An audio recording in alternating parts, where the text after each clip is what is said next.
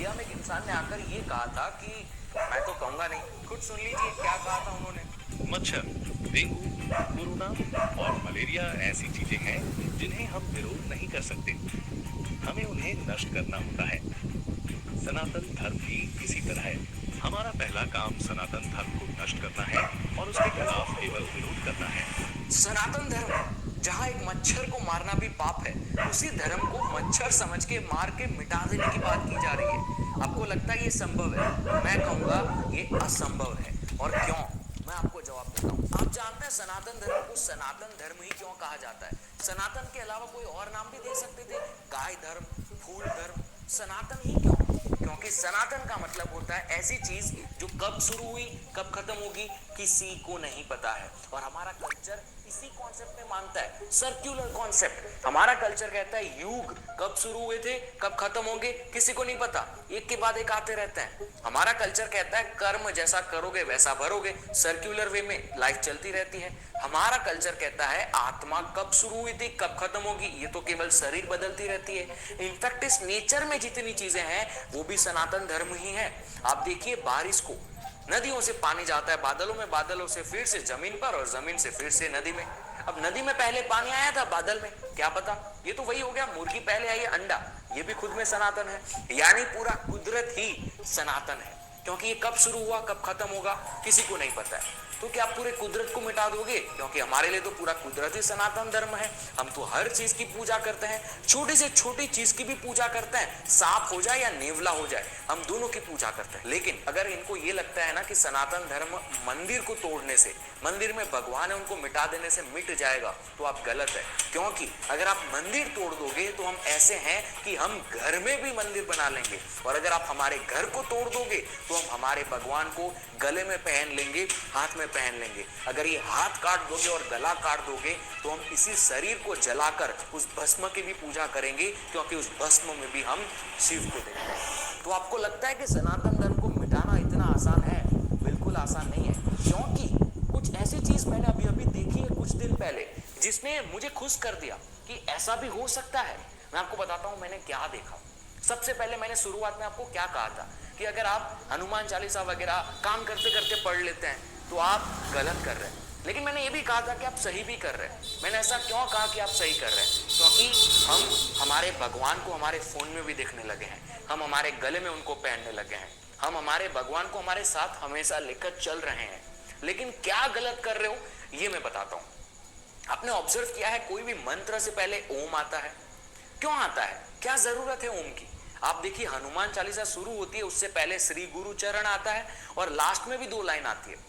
हनुमान चालीसा तो बीच की 40 लाइन्स है, लेकिन उससे पहले ये जो चीजें आती है, हनुमान चालीसा सीधे स्टार्ट कर सकते थे जय हनुमान ज्ञान गुण सागर, श्री गुरु चरण लिखने की क्या जरूरत है? और आप किसी भी आदि शंकराचार्य हो जाए, तुलसीदास जी हो जाए, वाल्मीकि जी हो जाए, किसी की भी कोई भी कंपोजिशंस को देख लो, आपको हर जगह शुरुआत में कुछ ऐसी चीजें दिखेगी जहां पर एक एनर्जी को इन्वोक किया जा रहा है। कोई भी मंत्र है जिसमें पहले ओम बोला जाता है, ये इसी वजह से बोला जाता है क्योंकि ओम खुद में पुरुषार्थ है। जहां आप एनर्जी को इन्वोक कर रहे हो, सिंपल वे में आप एकाग्रत कर रहे हो अपने शरीर की पूरी एनर्जी को। लेकिन हम क्या करते हैं आजकल, हम हमारे भगवान को इजीली एक्सेस तो कर पा रहे हैं फोन में, लेकिन हम काम करते करते हनुमान चालीसा सुनते हैं। गायत्री मंत्र की मैंने एक बार बात की थी कि गायत्री मंत्र इतना पावरफुल है कि आप उसको जब बोलोगे और अगर दिमाग में कुछ चल रहा है ना तो वो रियलिटी में मैनिफेस्ट हो जाएगा। इसी प्रकार से ब्रह्मा जी ने इस पूरी सृष्टि को बनाया था। आप कोई भी चीज सुन रहे हो, हनुमान चालीसा भी सुन रहे हो, तो ऐसे काम करते करते जो सुनते हो ना, ये गलत है। ऐसा मत करो। भगवान के लिए थोड़ा सा टाइम निकाल लो। अगर नहीं एक दिन टाइम निकलेगा कोई बात नहीं, लेकिन ऐसे काम करते करते हनुमान चालीसा वगैरह सुनना इट्स नॉट गुड, क्योंकि आपका माइंड उस एनर्जी में नहीं होता है, उस लाइन में नहीं होता है, एकाग्रत नहीं होता है। लेकिन अब इसका भी एक सॉल्यूशन है। कुछ दिन पहले मैंने एक एप्लीकेशन देखी जो हमारे इंडिया के किसी आईआईटीएन ग्रेजुएट्स ने बनाई है। ये एक स्टार्टअप में मानी गई एप्लीकेशन है जिसका नाम है श्री मंदिर। ये एक ऐसी एप्लीकेशन है जहां आप अपने खुद के भगवान को स्थापित कर सकते हो। आपके कोई भी इष्ट देवता है, गणपति जी है, हनुमान जी है, शिव जी है, आप किसी को भी यहाँ स्थापित कर सकते हो। इस एप्लीकेशन को ओपन करके आप उनकी आरती कर सकते हो, आप उनको फूल अर्पित कर सकते हो और उनसे जुड़ी हुई कोई भी स्तोत्रम है, मंत्र है, आरती है, सब कुछ सुन भी सकते हो।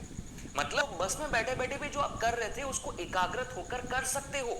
अब अपने फोन को खोलिए और इस एप्लीकेशन को खोल लीजिए। इसी एप्लीकेशन में आपको फील होगा कि आपके ही सामने मंदिर है, आपके ही सामने आपके इष्ट देवता है। ये मैं यूज कर रहा हूं पिछले 1 महीने से और मैं देख रहा हूं कि अलग ही फील होता है जब आप इसके सामने बैठकर ये सारी चीजें करते हैं। इनफैक्ट इस एप्लीकेशन में आपको पंचांग भी दिखाया जाता है, टाइम भी दिखाया जाता है कि ब्रह्म मुहूर्त कब है, कौन सा टाइम शुभ है, कौन सा टाइम अशुभ है, ये सब भी दिखाया जाता है। तो ये तो सोने पे सुहागा है।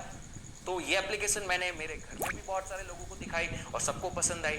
तो मैंने सोचा कि आप लोगों को भी बता दूं, शायद आप में से भी कुछ लोगों की मदद हो जाएगी। जो चीज़ आप शायद गलत कर रहे थे वो शायद सही हो जाए।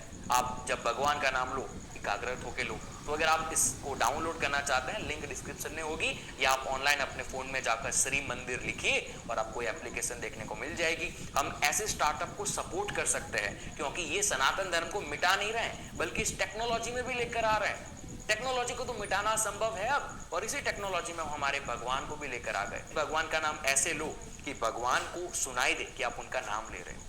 आई होप आपको ये वीडियो से कुछ जानने को मिला। कुछ छोटी गलती अगर आप करते हैं तो वो सुधारने का मौका मिले। बस मेरी ये आपसे एक रिक्वेस्ट है कि आप इस प्रकार से भगवान का नाम लो। मैं देखता हूँ बहुत सारे लोग चलते फिरते ले लेते हैं, इट्स नॉट गुड। बाकी आपकी इच्छा है, आपकी लाइफ है। मैं बस कहता हूँ, मैं ये नहीं कहता हूँ कि आप मेरे से एग्री करो। That's it. यथा इच्छति तथा कुरु।